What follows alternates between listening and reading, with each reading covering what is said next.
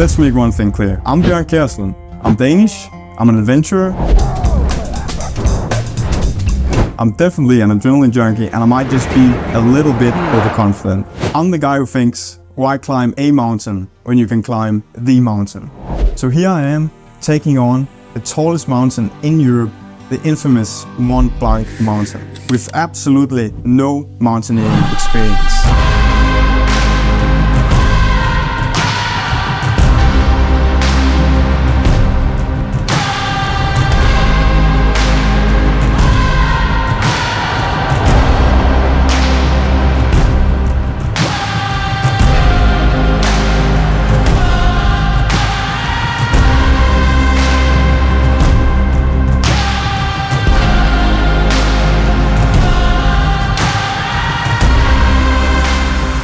This is also the most fatal mountain in the world, claiming around 100 lives each year. Summiting the mountain with experience and the proper help is not a big feat in itself. It is actually the inexperienced climbers with limited preparation that sum up the majority of all the fatalities.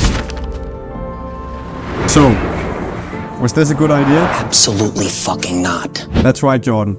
But when has that ever stopped me?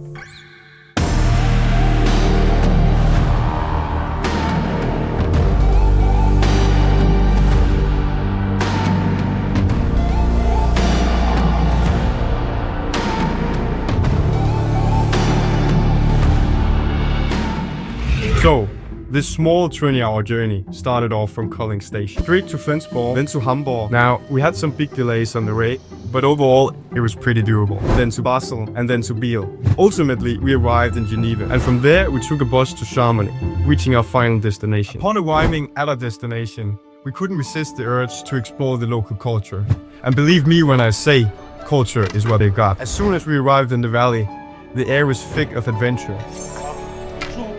Chamonix is the birthplace of mountaineering, and you could definitely feel this. And for me, this was the point of no return. Ever since I was a little kid, I've been inspired by the great explorers, guys like Peter Freuchen, Amundsen, and the Danish duo Rane and Eske Willerslev. These were men who ventured into the unknown and carved paths for humanity. So me, staring out my window at modern civilization, I felt trapped. And I dreamed of boundless wilderness. And Mont Blanc became a symbol of that dream. A place where you go to face your limits against nature's power. I met Carl Flask, a legendary Danish mountaineer, known for scaling an 8,000-meter peak without oxygen, and he was above 50. And he began his journey with Mont Blanc. When I told him that I was planning on climbing it solo, he called it a suicide mission. Mont Blanc claims and has claimed many lives, so it was very important to be prepared.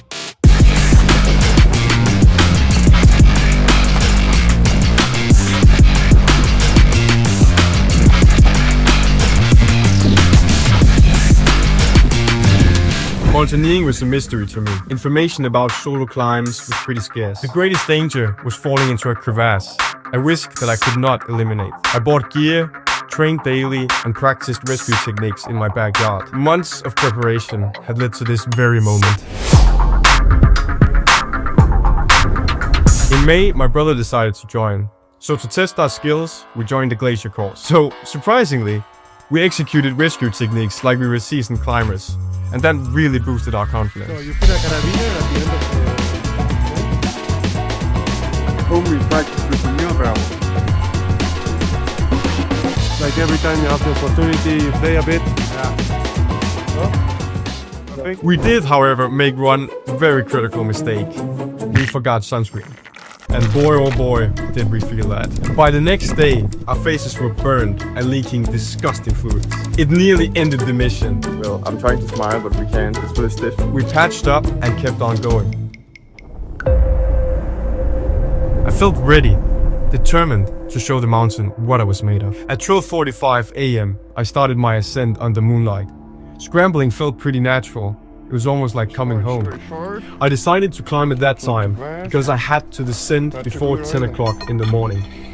If I didn't, the danger of rockfall on the Gran Paradizo would be too high. This rockfall happens frequently, and many climbers have had to face it. That is why the Gran Paradizo is nicknamed the bowling alley. We're approaching the finish line of the Gran Paradizo.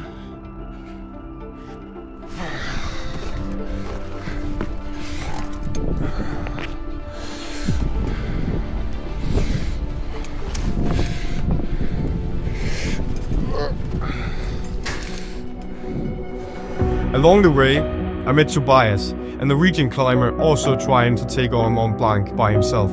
We roped up together and pushed through the exhaustion. Now having a companion on this end was a helpful addition. Can you see it? Oh no, I have a camera, the 360. Yeah.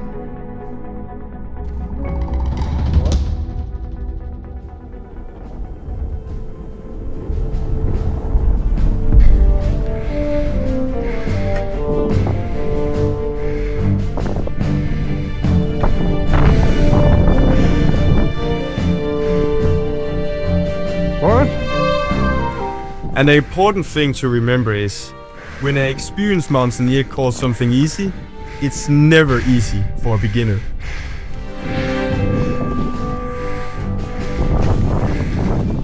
You can either take the bridge or we can go around.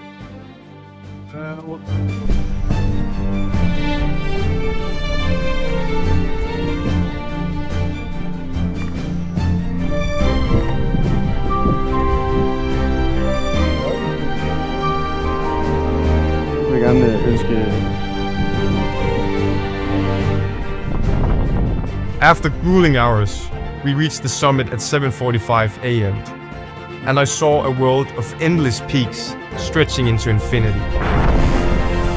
I can't begin to describe the feeling standing on the top of Europe. It felt good, but also strange.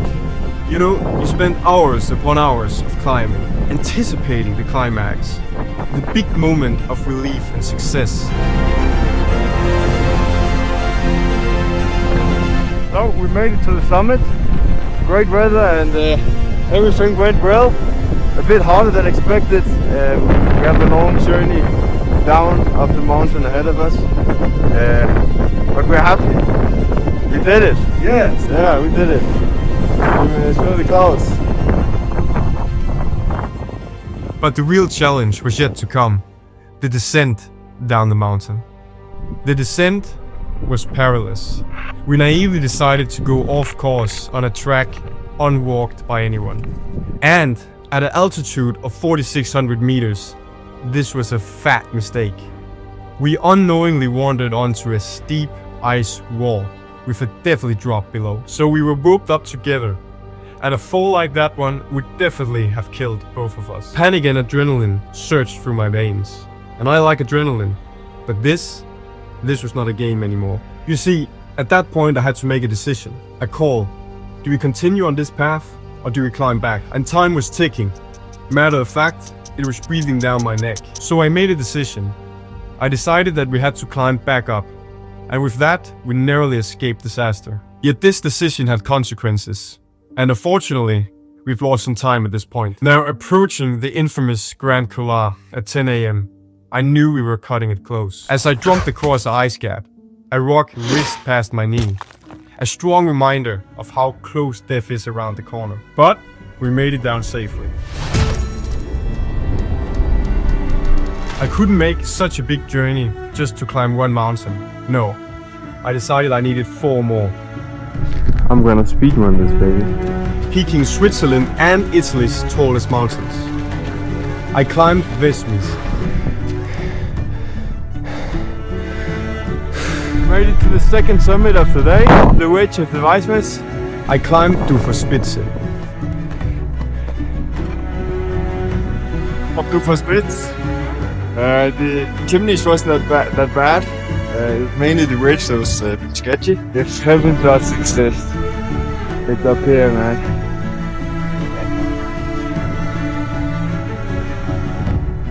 I climbed Lagginghorn. And I climbed Gran Paradizo. At the top of Gran Paradizo. Now this collective experience of mountaineering was beyond amazing. Mountaineering is inherently dangerous. This trip could have ended tragically, but I'm glad I took the risk. Life is about pushing limits, confronting the impossible, and truly living, not just merely surviving in comfort. But understand the risk, be content with the worst case scenario. Only then can you find true peace of mind. This is not my last journey. It's only the beginning of it. Thank you for spending this time with me. Be sure to like if you enjoy it, and remember to subscribe if you want to see more of me. So, Bjørn out. On a glacier alone, it's very dangerous. Oh, look at that, there's an animal.